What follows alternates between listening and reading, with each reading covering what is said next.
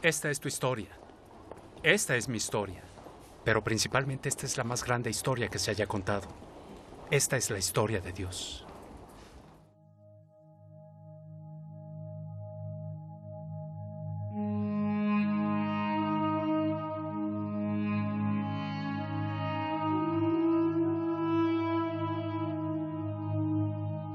En la iglesia de Antioquía eran profetas y maestros.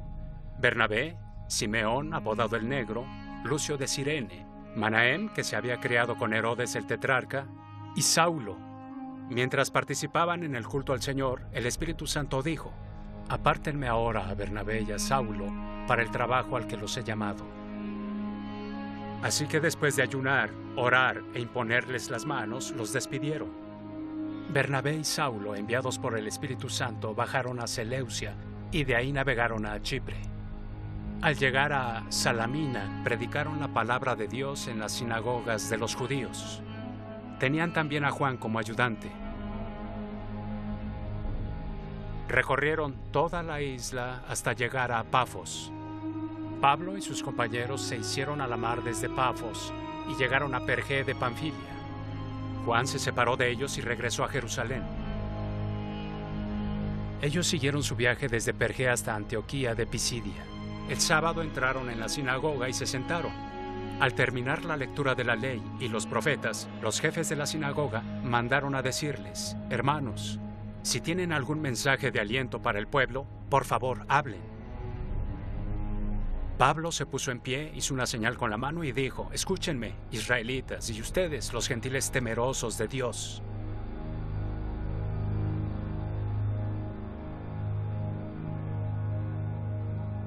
Sesión 29. La misión de Pablo. Por alguna razón, relaciono la mayoría de las historias que leo, o las cosas con las que me enfrento, a películas que he visto. Cuando leí este capítulo, de inmediato pensé en la película Aviones, trenes y automóviles. Película que protagonizan Steve Martin, el cual hace el papel de Neil Page, un ejecutivo de publicidad bien conectado, y John Candy, quien hace el papel de un vendedor de cortinas propenso a los accidentes. Cuando vi esa película pensé en lo dura que debe ser la vida para la persona que viaja por todo el país vendiendo cortinas de baño. Yo tendría problemas para levantarme de la cama cada mañana a fin de ir a trabajar. Pero oigan, alguien tiene que hacerlo. Los dos viajeros se encuentran en la ciudad de Nueva York, donde comparten un taxi hasta el aeropuerto La Guardia. Martin va de regreso a su casa en Chicago para celebrar el Día de Acción de Gracias con su familia. Ambos abordan el avión, pero lo desvían hacia Wichita debido a una tormenta de nieve en Chicago. Desde ahí intentan viajar en tren y autos rentados para llegar a Chicago. Y cada experiencia está llena de tanta frustración como Martin puede resistir y de tantas risas como el espectador puede soportar. Un viaje que debió tardar 1 hora o 45 minutos se convierte en uno de 3 días. Yo viví en Chicago 3 años, así que he experimentado aviones, trenes y automóviles al intentar volver a casa. ¿La solución? Múdate a Texas. El personaje que te voy a presentar en este capítulo va a experimentar dificultades mucho más grandes durante su viaje que aviones desviados y autos rentados averiados. Lo golpearán muchas veces, lo echarán en prisión y al final será decapitado por el compromiso extremo con su trabajo. Su propósito es más duradero y noble que las cortinas de baño. Su producto es gratis, pero traerá vida eterna a todo el que lo reciba. El trabajo no le daba un buen salario. Tuvo que conseguir otro empleo mientras viajaba. Hacía tiendas de campaña. Su nombre es Pablo. Él fue llamado por Dios para terminar la comisión de Jesús y llevar el mensaje de salvación hasta los confines de la tierra, donde la mayoría de los gentiles vive. Esta no solo es la comisión que Jesús le dio a la iglesia, sino que es parte de la promesa que Dios le hizo a Abraham desde el principio en el capítulo 2. Él le dijo a Abraham que a través de su descendencia todas las naciones serían bendecidas. Jesús es su descendiente y Pablo es el mensajero de la promesa a las naciones fuera de Israel. Su hogar base está en un lugar llamado Antioquía. A partir de ahí, hará un total de 3 viajes largos que durarán entre 8 y 10 años en total. Esos son muchos kilómetros extras.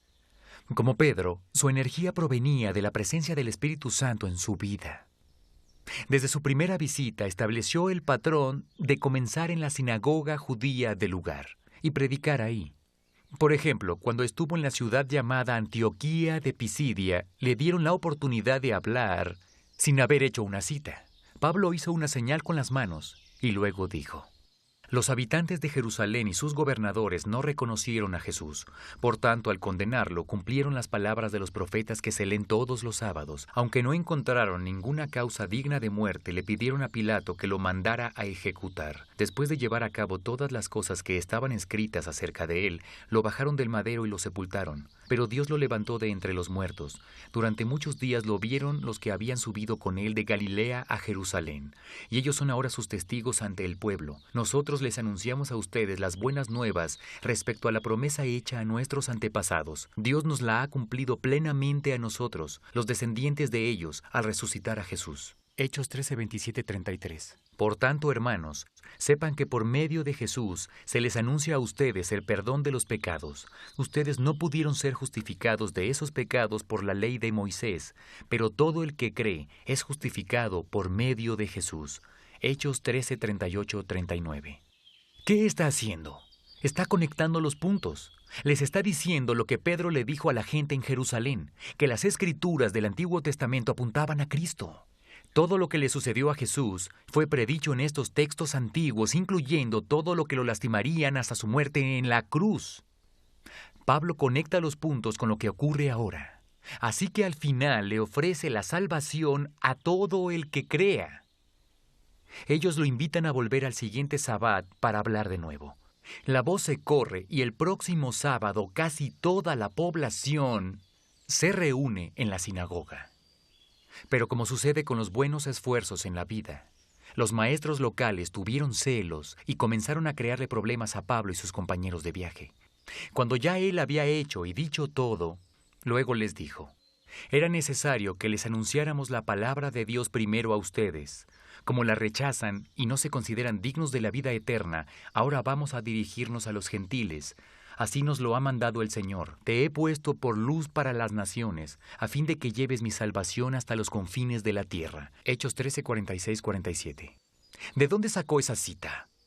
De Isaías capítulo 49, versículo 6. Ese plan se estaba gestando desde el principio.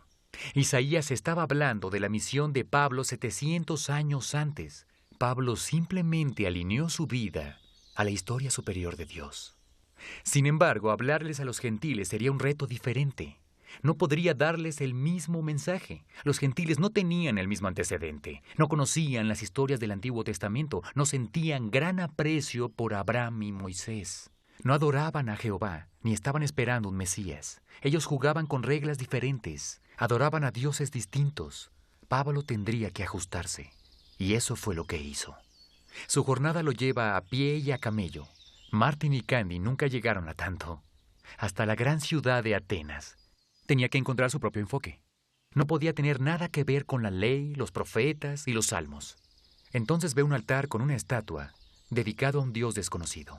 Ellos estaban tan inseguros de quién era el verdadero Dios que tenían una estatua para el que pudo habérseles olvidado. Pablo, de manera brillante y elocuente, comienza desde el principio con la creación. A partir de ahí los lleva a descubrir que detrás de esa creación está el verdadero y único Dios que se revela en Jesús. Algunos pensaron que era un argumento astuto y lo aceptaron. Algunos se rieron, pero otros creyeron. El mensaje de Pablo estaba cambiando radicalmente la vida de las personas en cada ciudad. Y representó un reto para el status quo que provocó que se pusieran nerviosos. Muchas personas dejaron de asistir a los servicios de las sinagogas y los templos paganos y comenzaron a visitar una pequeña iglesia que Pablo ayudó a comenzar. Las contribuciones disminuyeron. Sus viajes lo llevaron a una estancia de 2 años en Éfeso, el hogar del templo de Artemisa, el nombre griego para la diosa romana Diana. Él comenzó a hablar durante los primeros 3 meses en las sinagogas judías, pero ellos fueron demasiado obstinados para Pablo. Así que trasladó sus discursos al templo de Tirano, lo que le facilitó una gran audiencia con los gentiles. Durante ese periodo de 2 años, judíos y gentiles encontraron la fe en Cristo. Esto literalmente cambiaba no solo el clima espiritual de Éfeso, sino también el financiero. Varias personas que creían en Cristo, las cuales en su vida pasada practicaban la brujería, reunieron sus pergaminos y los quemaron públicamente. El valor estimado, 50,000 dracmas, lo cual he calculado que equivale a $4 millones según nuestro estándar actual. La historia simplemente nos dice, así la palabra del Señor crecía y se difundía con poder arrollador. Hechos 19:20. El llamado de la historia primaria para la vida de Pablo fue llevar el Evangelio a lugares distantes, a los confines de la tierra. Con la gracia de Dios y el poder del Espíritu Santo, Él lo consiguió.